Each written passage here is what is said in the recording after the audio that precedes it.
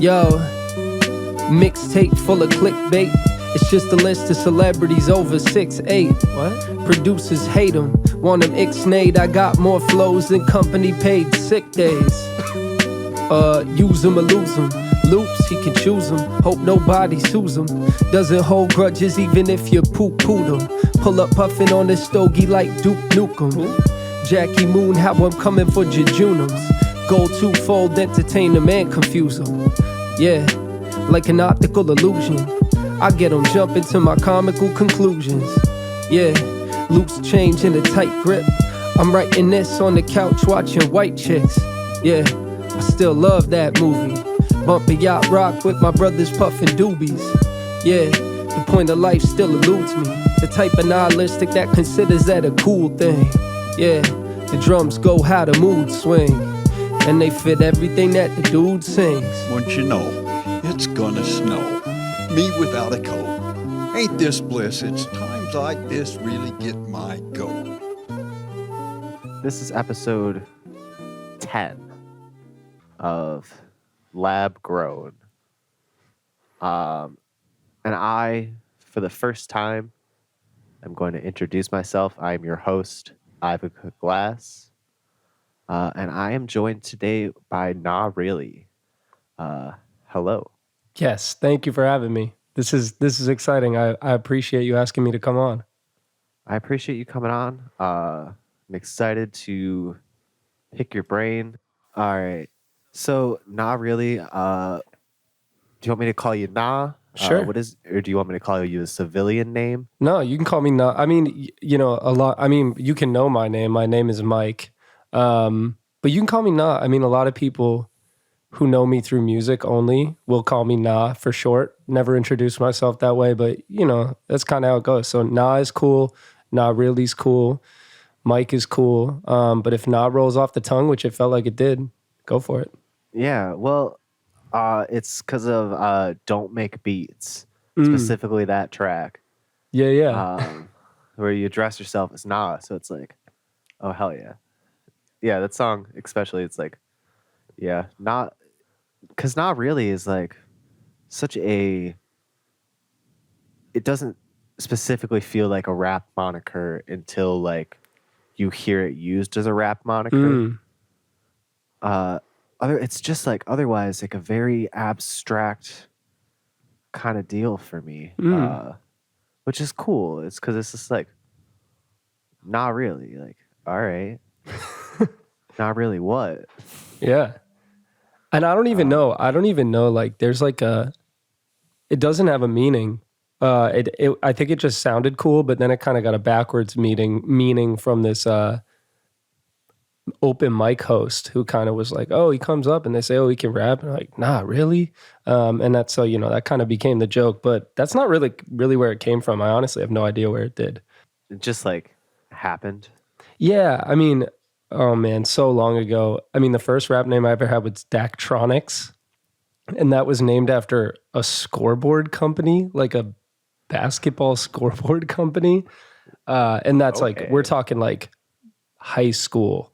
And then, you know, at some point between Daktronics, that kind of silly name, and NAHreally, I mean, not that NAHreally's not silly. I switched it at some point. I honestly don't know when. I'm guessing like, well, before my first tape came out. So it just kind of happened. Yeah. Damn. How long have you been? Shit. So, I mean, I guess you can tell by your Bandcamp, you've been rapping as NAHreally since 2014, probably 2013. Yeah, just about. Yeah. It's like, got to give that wiggle room. When did you drop tape? Let's figure this out. I put out tape in 2015 on, I think, SoundCloud. I think Bandcamp came up a little bit later. Just uploaded it there, probably 2016. But I really started recording, you know, working on stuff is NAHreally like 2013. Working with a couple friends of mine, one who made beats, and you know could mix and master stuff. So we just started working on stuff because, you know, I really had been rapping. I mean, I've been rapping since I was 15 years old. So, you know, I had already been doing it for quite a long time, off and on. But once NAHreally became a thing, it was sort of dipping my toe into maybe trying to do it for real, take it a little more seriously. All right. That is, I want to commend you. That is a really long time to stick with the same moniker that like isn't your name. You'd be surprised. Like most people change it, you know, even over the course of like a career of that long, especially when you're not on like a label, you're not like, you know, it's not like a career thing yet.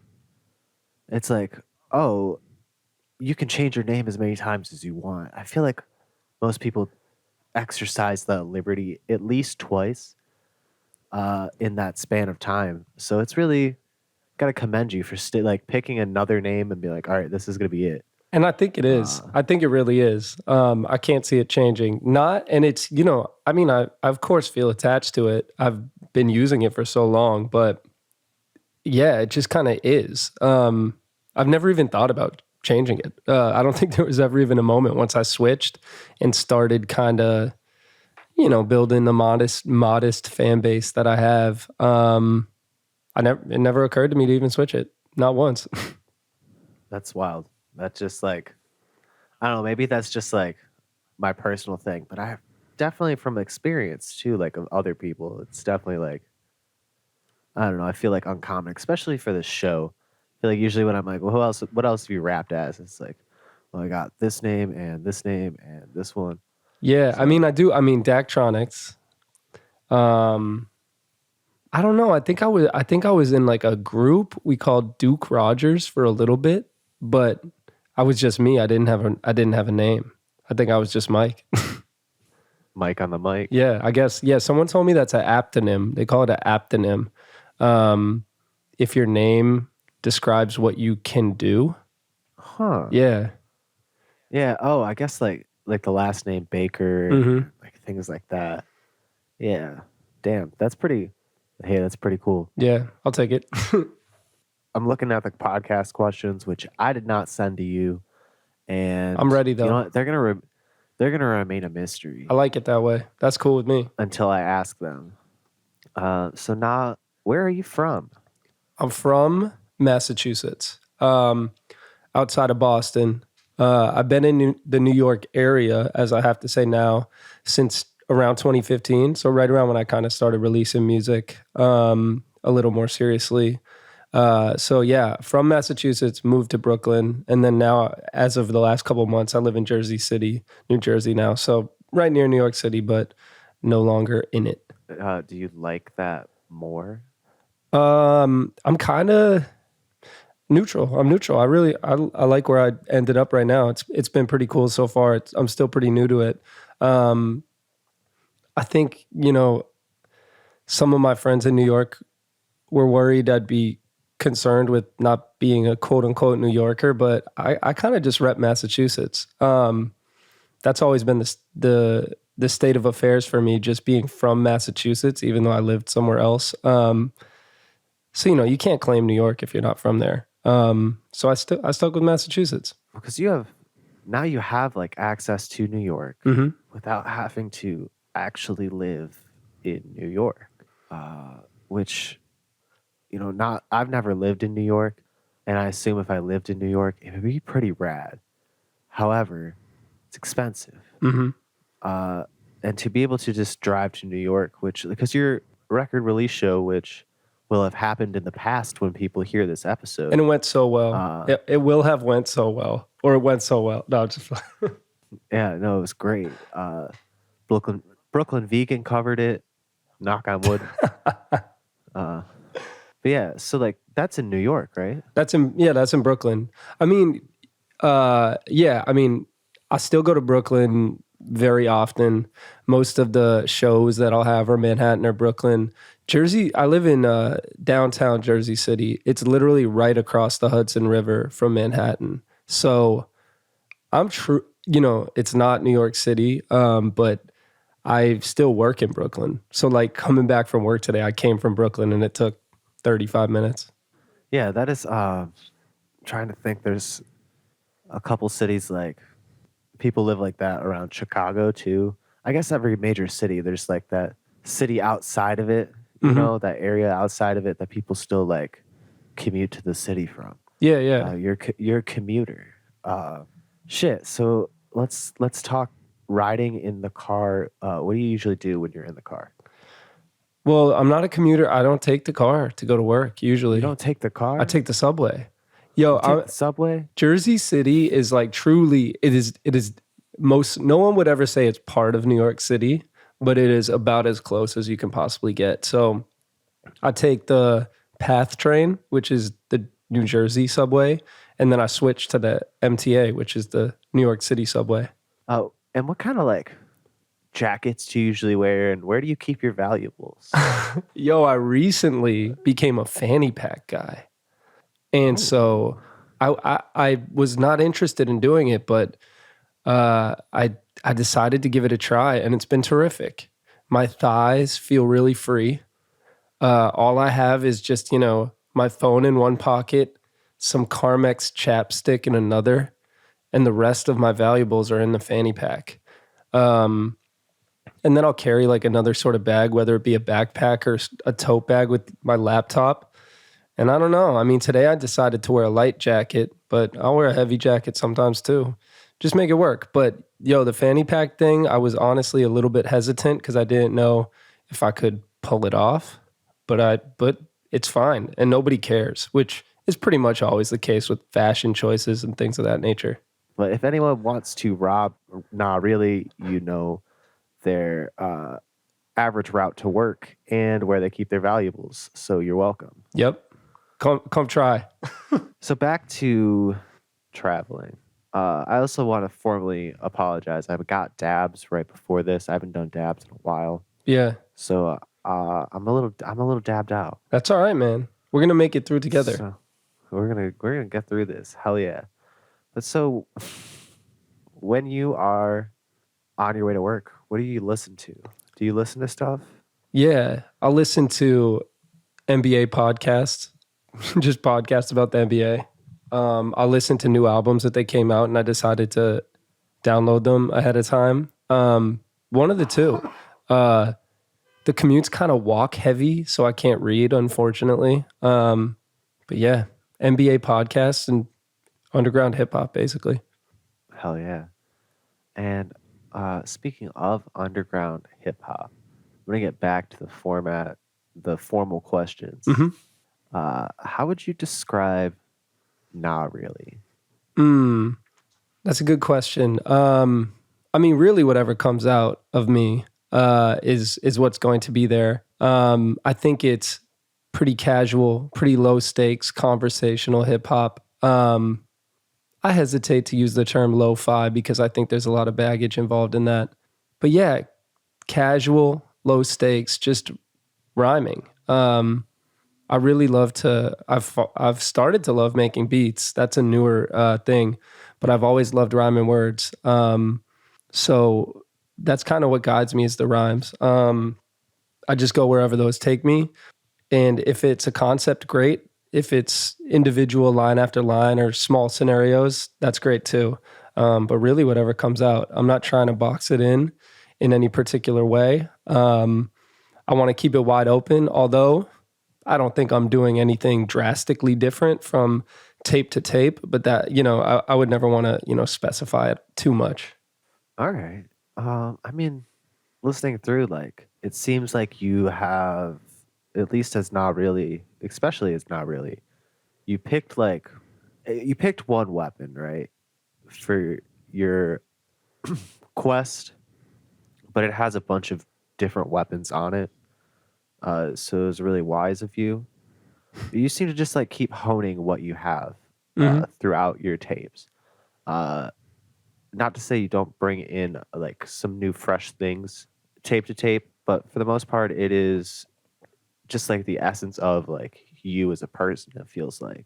Yeah, I want it to get more me. And NAHreally might be slightly different than who I am, on a regular basis, but I want it to just be more NAHreallyer every single tape that I do. And I can't sing. I think my production style that I've kind of developed is pretty minimal. But I want it to be maybe funny. I want it to be conversational. I just want it to be unmistakably just something that I made. And that kind of manifests itself in a bunch of different ways. Yeah, I think the delivery that you hear across the tapes kind of changes and gets calmer and maybe more comfortable. So yeah, just more not reallier. I tried to rhyme Yeah. that with Montpelier in a song. Never quite nailed it though. Maybe one day. You'll get there.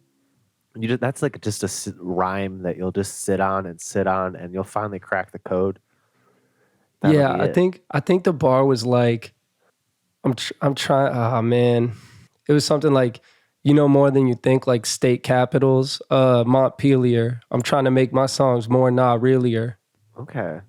That does hit pretty well though. Yeah, it might have. I mean, I probably threw it away. Maybe I shouldn't have. Bring it back. Or people can cut that out from the podcast and flip just that bar. I love it. Please do. So, not really.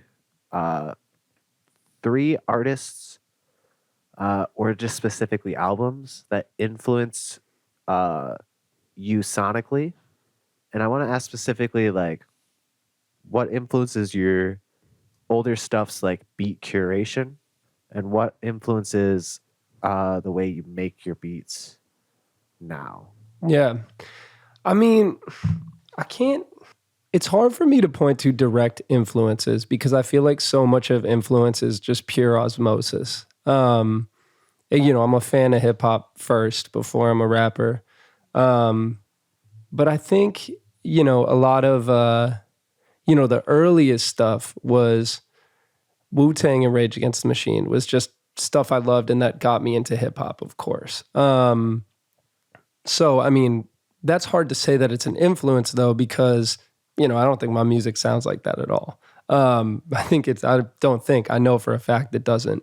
But as I kind of get to more modern rappers, I think there's some rappers that I think have really kind of, shown different ways of approaching a song. I think of someone like Homeboy Sandman, who can be super specific, who can be, really go really deep with a concept. One album that I really loved recently is Don't Feed the Monster, him and Quelle Chris. And just the specificity on that album is so incredible.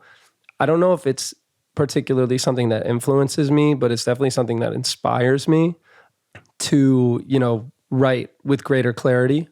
Another, more contemporary rapper that I've been loving. And I think a similar person is Open Mike Eagle, right? He can go so deep with concepts. He's funny, super, super funny. His timing is incredible.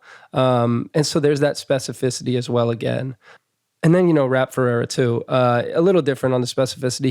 He can definitely be more abstract. But I just like how free he is with the delivery. So those are kind of some modern, current rappers that are inspiring to me.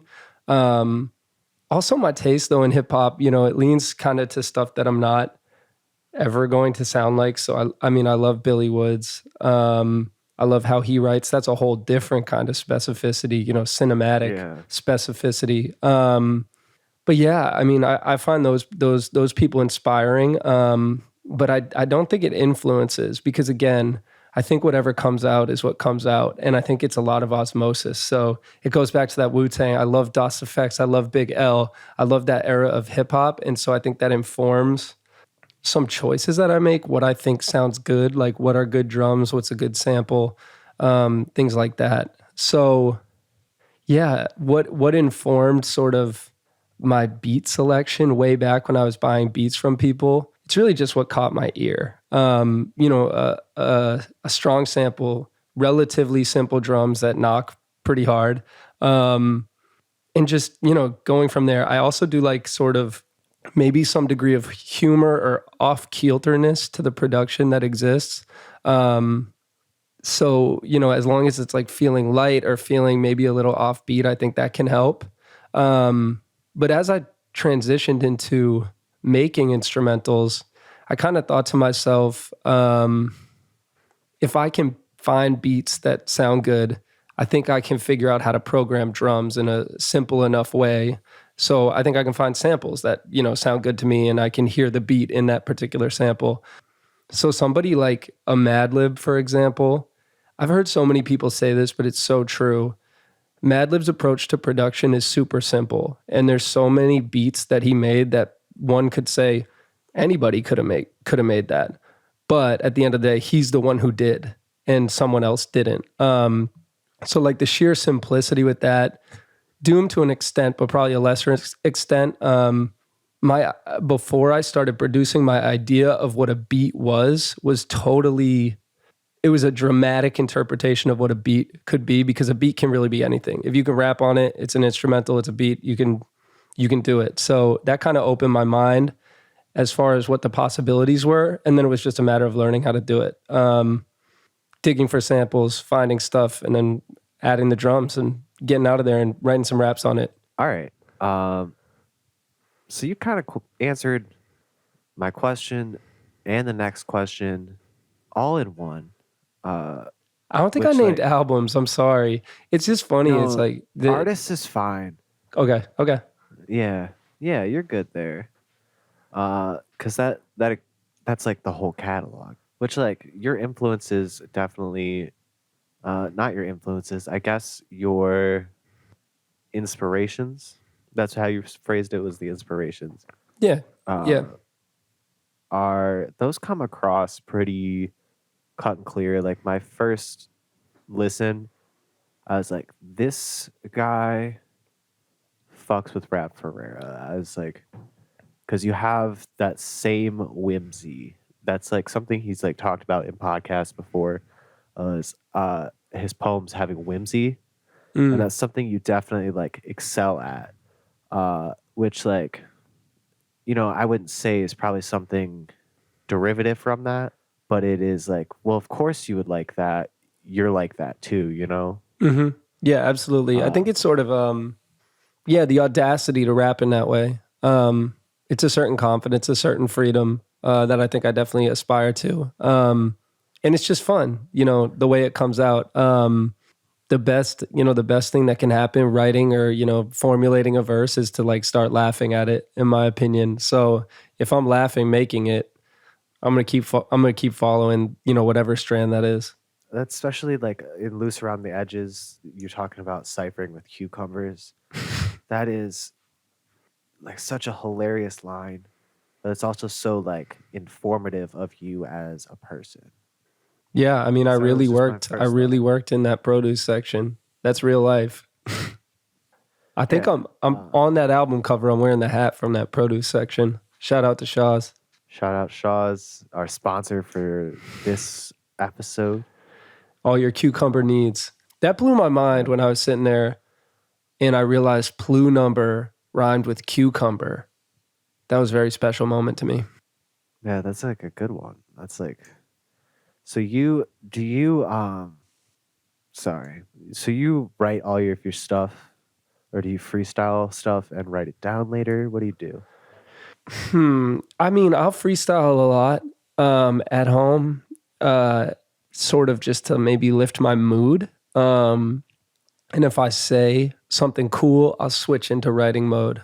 99 times out of 100, I'm trying to write. And the stuff that makes it to a recording, I sat down to write or came up with the line. I mean, the most important thing is that first line. And I go where the first line takes me. Recently, I'm trying to work on some more, conceptual songs, more specific songs, to go back to that word I mentioned so much. But yeah, if I get that first line, I just go from there. So I do freestyle in my spare time, and sometimes I'll stumble upon a gem. But generally speaking, I'm just trying to, figure out where to start. And then once I start, I'm going and just writing, pure writing mode. All right. That is, I usually like to suspect what people's answers are going to be before, or even when I'm like listening to artists that I'm not even going to interview, I'm like, well, I wonder if they freestyle or they write, which like you can kind of tell. It comes across in way people deliver things and the wordplay especially like if you were to freestyle like your entire songs. So let's say you freestyled all of Cucumbers, just like that would blow my mind. You know what I mean? Yeah. I Just mean, pulling that, something. I don't know what I would do after I did the take. I'd probably jump out the window. Like, Because it's like, oh, whoa, I don't have a soapbox. I use body wash. Like, you got that right off the dome and you laid it down like that. Oh my God. And it's just like, yeah. So you can kind of tell, yeah. which is what has like led me to you. Cause I'm like a writer. I can't freestyle to save my life.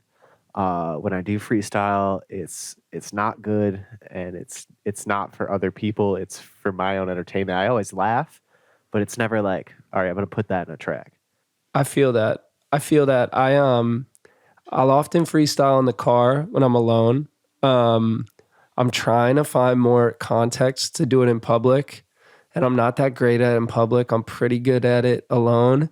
That's something that I'd be excited to get a little bit better at. Kind of a new frontier.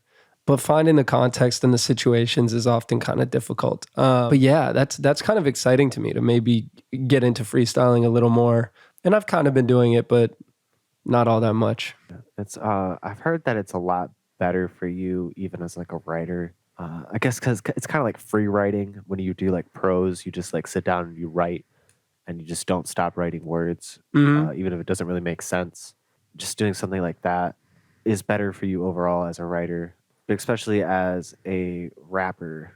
To be confident in the things you haven't written down is so difficult for some people. Some people it comes like naturally too, and it's amazing. Yeah. I mean, being good at freestyling, as long as you don't overuse it as a party trick and you use it for good, I think it's a skill that comes with great responsibility. You don't want to overuse it. You don't want to use it, to be the center of attention at like a dinner party. But if you're at the right spot and you can kick a nice freestyle, that's incredible. And like for me, like it's just something I've learned how to do a lot of stuff with rapping, and that's just another thing I could potentially learn.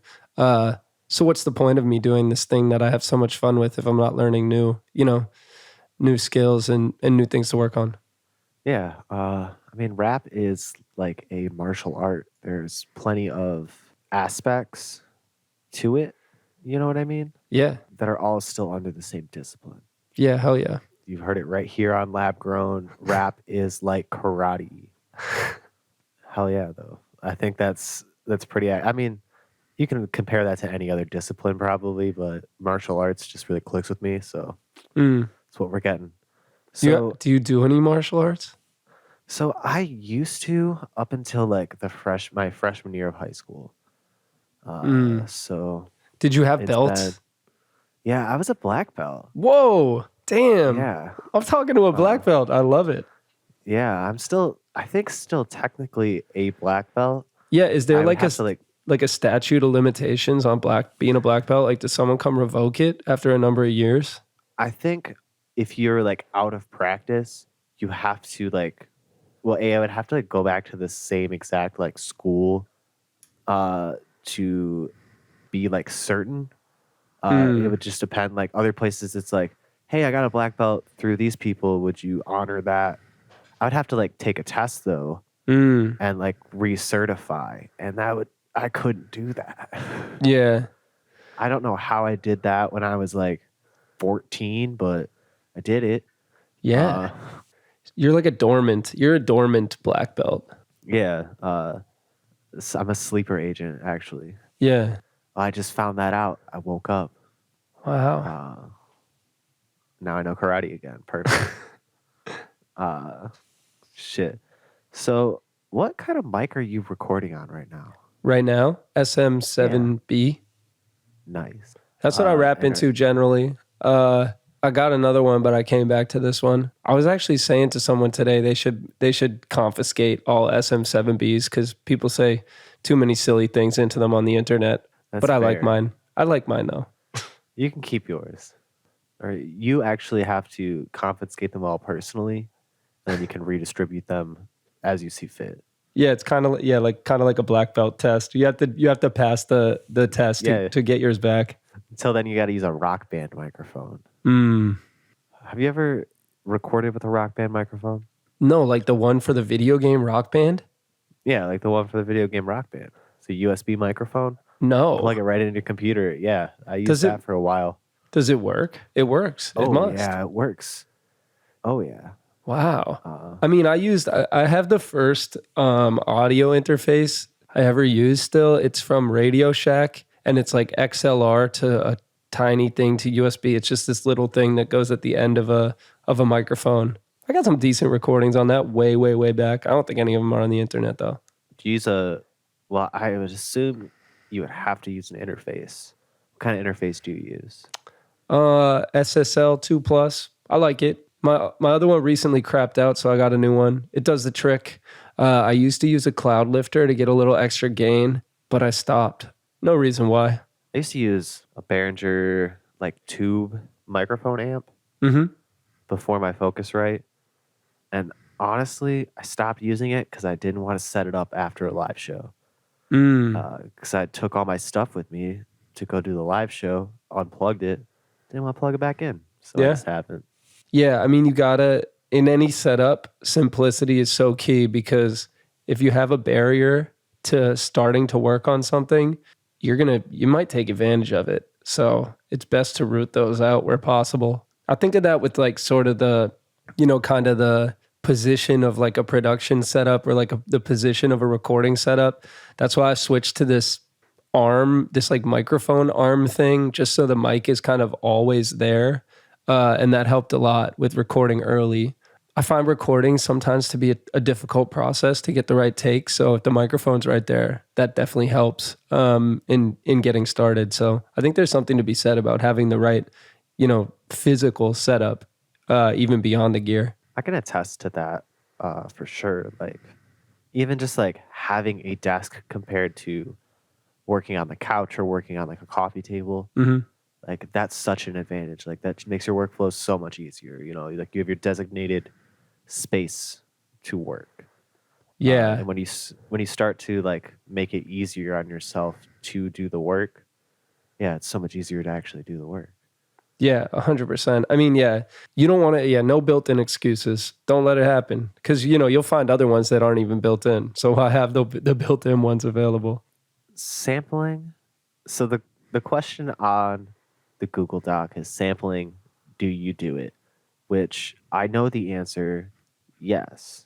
So what makes a dope sample to you? Like when you are selecting something to sample, what makes it dope to sample? When I was making beats, so loose around the edges, I made beats on the computer.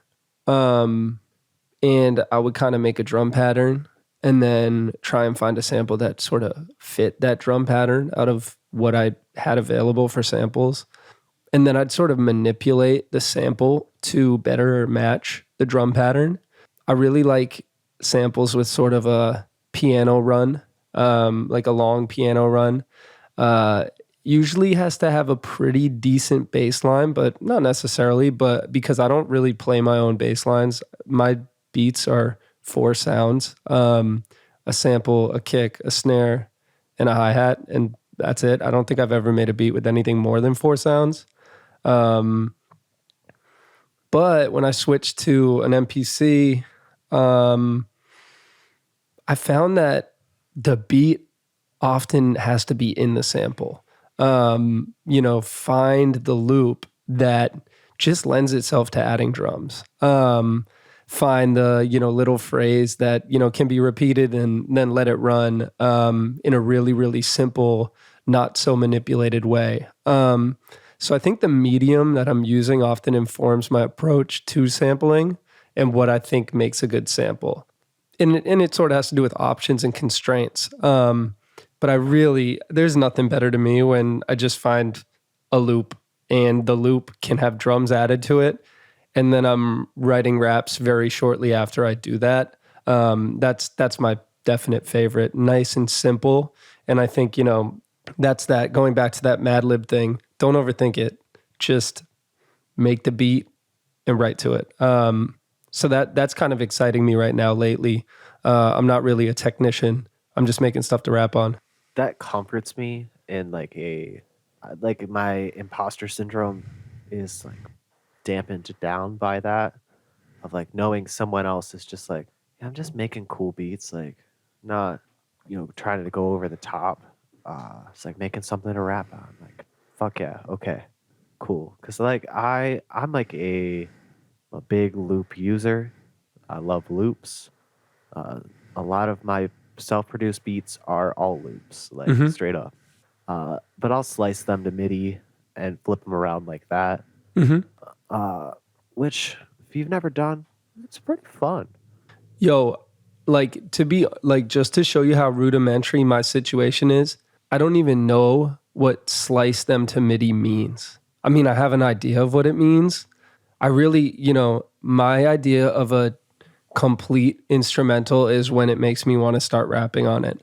I mean, that's why like that song Cucumbers you mentioned, I meant to go back and add hi-hats to it, but I just kept writing raps and then it was done. And so that one only has 3 sounds on it. So, I mean, as simple as possible. Keep it so simple. That's kind of my approach. And, I think it has to do a little bit with how I conceive myself, right? I conceive myself as a rapper who can make beats for myself, not a producer. So are you using the MPC one, or are you using just like an MPC USB? I'm using a MPC 1000. 1000. So I'm kind of like my general setup is record a sample into SP 404, like the older one, mess it up a little bit in there, usually not too much, and then load it. Oftentimes I'll sketch out the beat using like the SP 404 and the SP 404 SX, between the two, chain them together to like sketch out something that I think sound good, and then I'll kind of commit it to the MPC 1000. Record the sample in from the 404 into the 1000, and then make the beat in there. A lot of tech in there, like doing a lot, which like I feel like definitely probably gives the sample a lot more TLC just by getting bounced around, Mm-hmm. Instead of just like being on Ableton or whatever DAW you want to use and just like throwing a loop down, Totally. And I mean, well, I'd use the computer for the last tape, and I work a job that I'm on the computer all day, and I wanted to switch it up, so I saved up some money, got the MPC 1000, kind of learned how to use that, and that was kind of a somewhat difficult learning process, but it was definitely worth it. And it got me off the computer, got me kind of not staring at the screen quite so much. And I think it was cool because I think it informed the sound that ended up coming out on this most recent tape. All right. Sorry, I was doing a Google search of the MPC 1000 compared to the MPC 1. Mm-hmm. I was like, what the hell is the difference? Is the 1000 and the 1000's older? Super old, yeah. Well, not super old. I'd say probably like, I think it came out in 2003. It's pretty, bare bones. Depending on the operating system you're working with, it's still super powerful and a ton of things that it can do, but it's old technology. Sometimes it feels like a TI-83 graphing calculator, but other times it feels like something else. So in case anyone's curious, you can get that on the internet for $60. So if you want to make beats like NAHreally, you can get an MPC 1000 for $60 now. Yeah, I got fleeced. No, I think they got kind of popular for a little bit, but they're definitely going maybe back down. I mean, like, the SP 404, like everybody and their brother got it, and it went up super high in price. And I'm sure that's back down to earth now that they have the new black one that they came out with. No, Still expensive. Cursory Google search says it's typically $431 to $560. Dang. Hardware is so expensive. No, I think MPC. I think you saw the MPC owner's manual is $60, but I see 450, something like that. But it's still pretty affordable, and I think it's fun to use. I find it to be fun. Oh, that is the owner's manual. That's a pricey manual. Yeah, what the fuck? Wow. Guitar Center for $400. Okay. But still, that's a pretty good deal. I mean, Yeah. it's hard to use, but I found it was hard to learn to use. Then now I find it quite easy and quite rewarding. So That seems to that's like how DAWs are for people anyways. It's like, if I were to sit you down, have you ever used Ableton before? I have seen Ableton used it a lot and like used it maybe a couple of times. But like if I were to plop you down in front of Ableton, because it's on the computer, you probably could sit down and make a beat in one sitting. But if I were to like, all right, here's the live launch pad or whatever, Mm-hmm. I was like, all right, make a beat using that. I feel like you'd be like, all right, I'm stumped here for a minute. The same way you would be with the MPC 1000 of like, at first, like, all right, I'm stumped here. What am I doing? But yeah, once you learn how to use it, it was designed to be used. So Yeah. obviously, once you figure out how to use it, you know how to. And I think that's a beautiful thing, right? To be able, to make the creation of an album sort of a learning process. The last one for me was learning to make beats. This one was learning to make beats in another way. So, I think it's cool to kind of connect learning to a project. So, you're not only putting something out, but you're also learning in the process and kind of growing your skill set or whatever.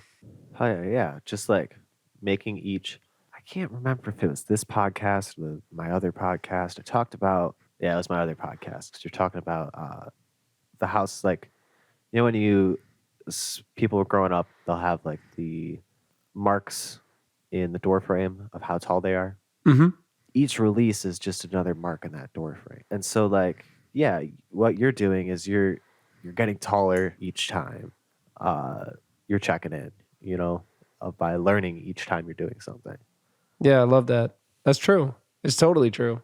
We talked gear, but what is your like studio rooms? Are you in an office in your domicile?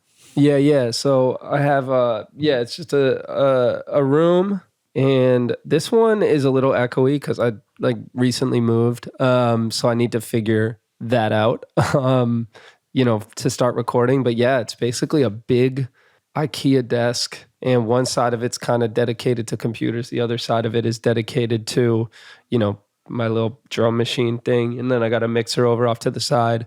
I do a lot of rapping into headphones, like on a handheld mic. I spend a lot of time doing that, rehearse for shows, freestyle. While I'm writing, I'm oftentimes rapping into a handheld to just see how the flow goes. So yeah, that's like kind of the mixer is, down a little bit. And yeah, it's just in a room. There's a couch in here, some records.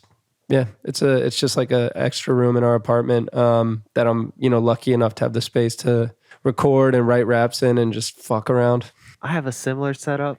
However, it is horrific. If we were on camera right now, you would see a spare mattress and a bunch of laundry right behind me. However, this is where the magic happens, Yeah, and the magic can happen anywhere. That's the beauty of modern technology. So when you're writing lyrics, what is there actually? Not what is there a goal? I think make myself laugh off of either something being actually funny or something being dope. You get a good line that's going to make me laugh. And so I just kind of follow that. So the goal is to just get stuff that, makes me react that way, rhymes that are unexpected, words that I may not have used before. And then recently, for this next project that I have in progress after the one that'll come out after Hacking Away, I'm trying to write a little more conceptually. So in those instances, I'm trying to, maybe say something or have a point of view. I think I have songs like that in my existing catalog, but a lot of times it's sort of, stringing thoughts together. So it's cool to kind of switch back and forth and challenge myself. That's sort of the learning experience for the next one, is to write a little more conceptually. Again, like you're just going to keep growing each time you check in, which is excellent. It's specifically means you're lab grown. Oh yeah. I'm gonna definitely put a round of applause after that. There's like good little spacing. Oh hell yeah. And that's beautiful. And another round of applause. That's a smooth plug. That's the internal plug. So I don't think I've actually talked about it. Maybe I've talked about it on the podcast once. But so like Lab Grown was chose specifically of it's ripped off an old bar on a song of mine that is like gone forever for sure. No one can ever hear it. Yeah. But the bar was grown in the lab like Mewtwo. Oh yeah. Hell yeah. And I was like, lab grown, like hell yeah. It's the concept of like through your art growing as a person and as an artist. Yeah. So stand lab grown. So Hacking Away is out now everywhere. By the time you hear this episode, you've got Loose Around the Edges, and then tapes 1 through 5, and you've got the tape era demos. Do you have stuff on SoundCloud that's not on Bandcamp? I think Bandcamp is pretty comprehensive. There might be a few songs here and there, but nothing that's jumping to mind. Bandcamp is definitely the spot. I got it all, warts and all. Tape 1, it's there. And I think, I mostly stand by what's on there. But I want to keep it up there. So yeah, Bandcamp's the spot. SoundCloud, you might maybe find, there's probably a couple loose songs here and there. But yeah, Bandcamp has pretty much everything. Yeah, it's got all your major notches in the door frame. And some of the interim ones with those demos, I put out those demos sort of, I don't know, the tape thing felt like it sort of ran its course. So I, kind of emptied the hard drives a little bit. Oh yeah, that's always good to just like, have the stuff that you were like, I'm holding on to this, but I'm gonna get rid of it finally. I'm gonna put it out there, let people see it. And it felt good. It feels good to do that. Have you ever done anything like that? Just like gotten rid of, like let the stuff go? So my most recent, not my most recent release, my second most recent release was a live album. And it was a 30-minute live set that I recorded after work one day. Came home. I got like off like an hour and a half early. So I had an hour before I had to go pick my partner up. Mm-hmm. So I came home, I ripped a couple dabs, and I hit the mic like immediately. Dope. Recorded the whole thing. And I was like, yeah, this is pretty good. And I was like, oh, I'll use it for a URL fest. And then I didn't use it for that. And I just had it. And I was like, all right, I'm going to drop it. This is my greatest hits live LP. Like, there we go. Cool. I dropped it on 9/11. Didn't realize I did that. Oops. Didn't check the calendar as I was releasing it. I just was looking at it on Bandcamp and I was like, and that's out. So that's why it's changed to the 22nd. And also the 22nd is when I finished. I did like a full visualizer for it in post. Yeah. But yeah, it's just like something that's like, I have this and I'm going to release it. And then I released it and I was like, this deserves more than just like an audio file. I'm going to put the video up.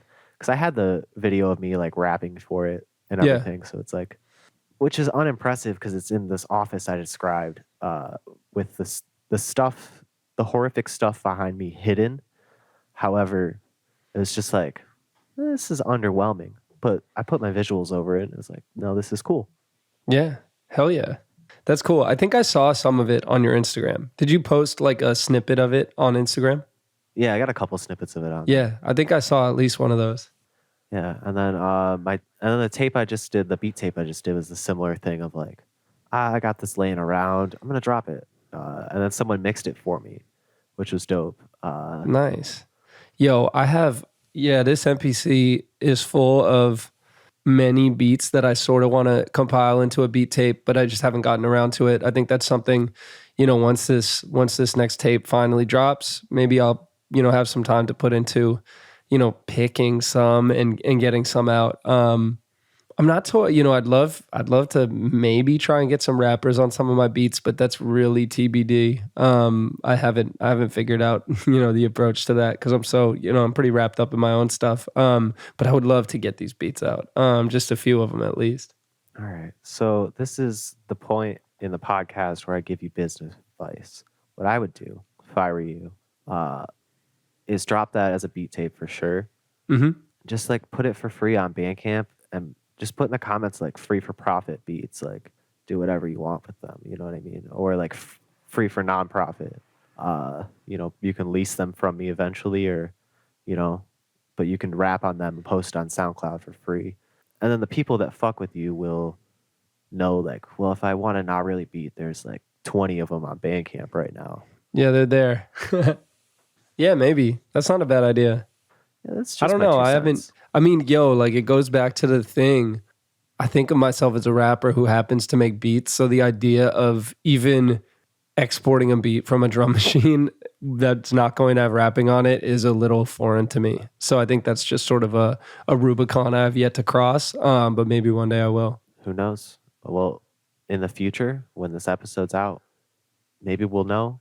Maybe we still won't know. I think my guess is we still won't, but I could be wrong. Shit. So that covers the releases part. So now we're getting to the tail end of the podcast in which we talk about life outside of music. What does life as Mike? How's that? You know, not life is not really. Or how would you consider them one and the same? Getting there. I don't think they'll ever be fully one and the same. But you know, closer and closer over time.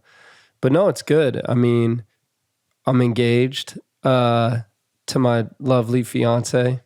We moved to Jersey City. I got a dog named Hank. You know, day job. My day job's relatively related to music. So that's cool. So that, you know, that helps kind of, you know, continuing to work on things that are at least related to this other stuff that I do as Not Really. But yeah, life's going great. I got no complaints. Most of my issues are, you know, self-made, self-inflicted. So I'm trying to do that less. You know, you know, there's so many things we can convince ourselves are a problem, but everything's going pretty well for me. It's exciting to put out new music.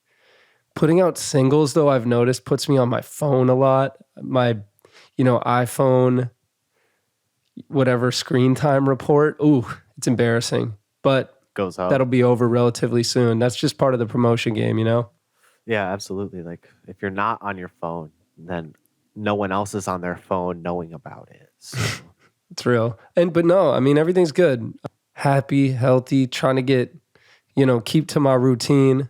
But yeah, basically for me, it's work, spend time with my little family of my partner and my dog, and watch the Celtics and make rap songs and just continue to do those things until it's no longer sustainable. But luckily, it's pretty sustainable at the moment, which I'm grateful for.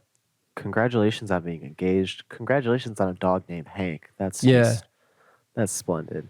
Both are of those things. good. Both are good. Thank you. So the last question of the podcast. Are you ready? Okay, I'm ready. All right. So it's 3 pieces of media that you'd recommend to your fans. 3 pieces of media I would recommend to my fans. Let me think for a second. I'm looking around the room. Hold on. Stapler. Okay, let's see. I would recommend an album from 2022 by a rapper who has unfortunately passed away by the name of Patton Locke called Americancer. It's an incredible album compiled after his death and really one of my favorite albums this year. It's just so good, kind of like a psychedelic feel to it. Really great bars, some great features. I would definitely recommend that. I was listening to it today, and it's a really awesome album that was most likely overlooked.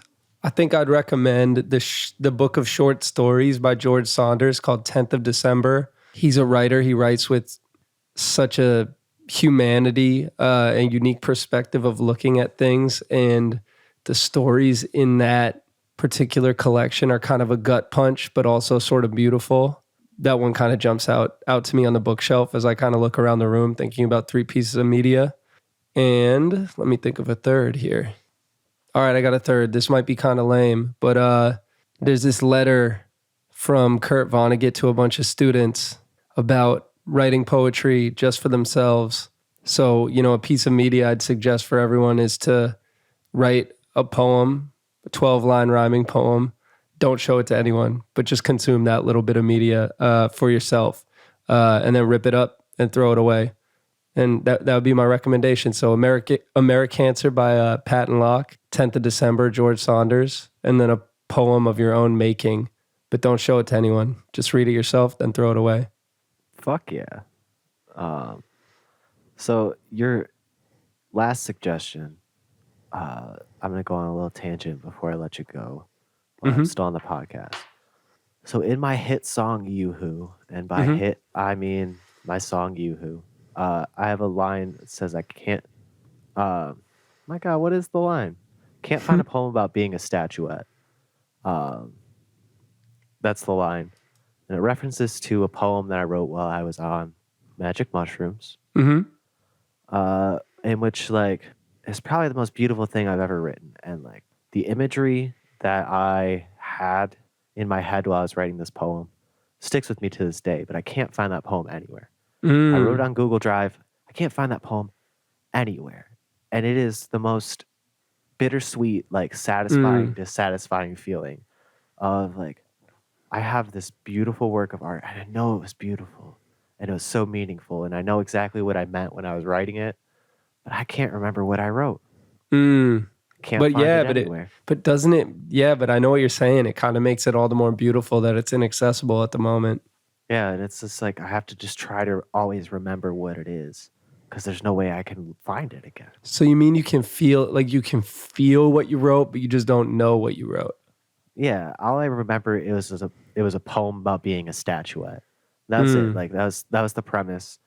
But that was in my old like freeform poetry days before I started like rapping. So like it wasn't a rap. It was just like a little poem, and it was just like, very descriptive, very brief. That was how I wrote, and I'll never find it. It's gone. And it's fine. I mean, yeah. It might not be gone, but it's okay. It's okay if it is, because it happened still. But yeah, thanks for listening to my stories. So, do you have any closing thoughts for the podcast? Thanks for having me on. This was fun. Hacking away, out now, I think, by the time this is out. Follow me on, those social media platforms that are out there. Hit me up. Let me know what you think of the music. Other than that, just, be safe, try to be happy.